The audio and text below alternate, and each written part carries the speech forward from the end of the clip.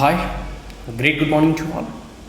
देखिए, हम लोगों ने पिछले वीडियो में पढ़ा था कि किस प्रकार से किसान जो है अपने फसल को बोने के लिए उसकी बुवाई, जुताई, कढ़ाई, खाद, पानी के लिए जो है वह अन्य मनी लैंडर से कर्ज लेते हैं और कई बार ऐसी स्थिति होती है कि कर्ज लेकर फसल बोते हैं और फसल नष्ट हो जाती है, तो स्थिति दयनीय हो जाती है। इसके बारे में हम लोग पिछले पार्ट्स में पढ़ चुके हैं। इस पार्ट में हम लोग पढ़ेंगे रामलिंगम एंड करथुमा।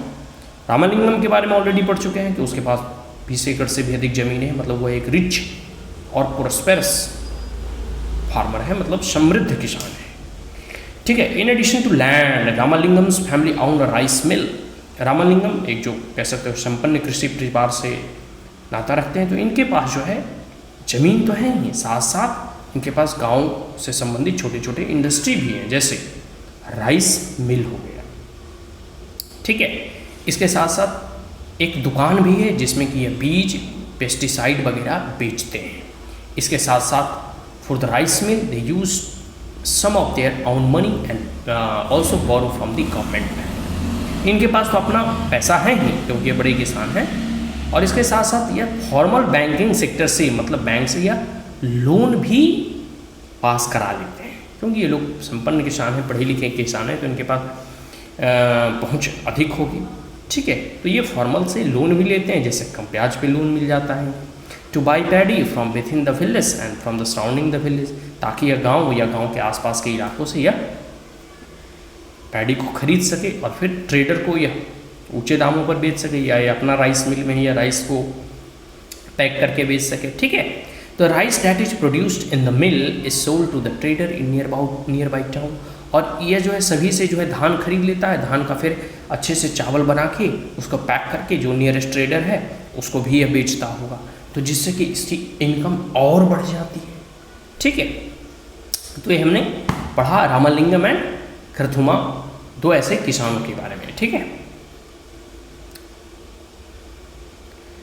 अब आगे देखिए, इसमें बताया गया है कि कैसे रिच फार्मर, मतलब ये रामलिंगम के बारे में और करथुमा के बारे में हम लोगों ने 3-4 चीज़ को यहाँ डिस्कस कर लिया अब तक इतने पार्ट्स में।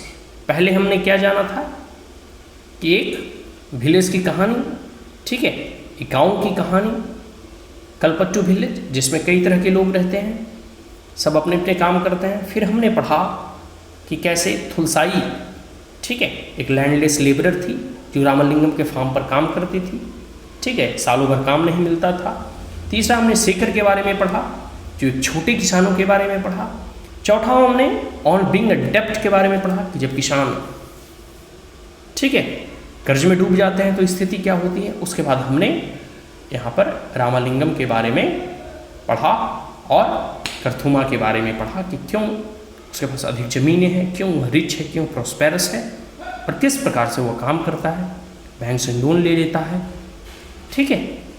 और अधिक जो है राइस मिल खोलकर और अधिक जो है इनकम कमाता है। तो ये कुछ हमने इस गांव के एक्टिविटीज़ के बारे में पढ़ा और गांव की इकोनॉमिक एक्टिविटीज़ से लेकर एग्रीकल्चरल एक्टिविटीज़ के बारे में जाना, और गांव में लाइवलीहुड को कैसे सस्टेन किया जाता है इसके बारे में ऑलरेडी हम लोग पढ़ चुके हैं। ठीक है।